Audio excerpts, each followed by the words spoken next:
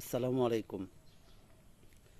আমি আজকে 1860 সালের প্যানেল কোড ধারা 3 এই বিষয়টা নিয়ে আলোচনা করব।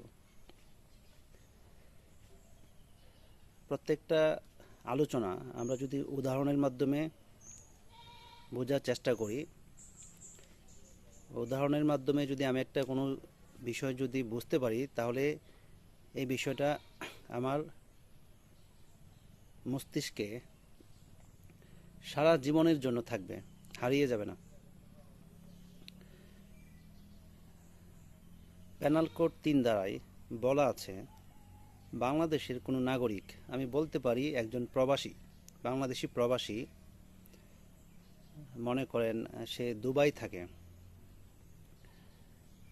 দুবাইয়ে সে একটা অপরাধ করলো, একটা কাজ করলো, যে কাজটা দুবাইয়ের আইনে কোনো অপরাধ নয়, কিন্তু বাংলাদেশের প্যানেল কোড অনুযায়ী এটা একটা অপরাধ।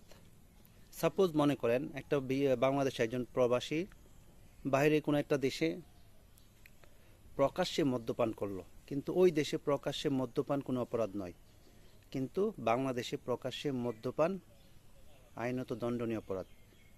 এই ক্ষেত্রে বাংলাদেশে ওই অপরাধের জন্য বাংলাদেশের যেখানেই ওই প্রবাসীকে পাওয়া যাবে, ওই আদালতেই ওই প্রবাসীর বিচার করা যাবে ওই বিদেশে প্রকাশ্যে মদ্যপান অপরাধের জন্য।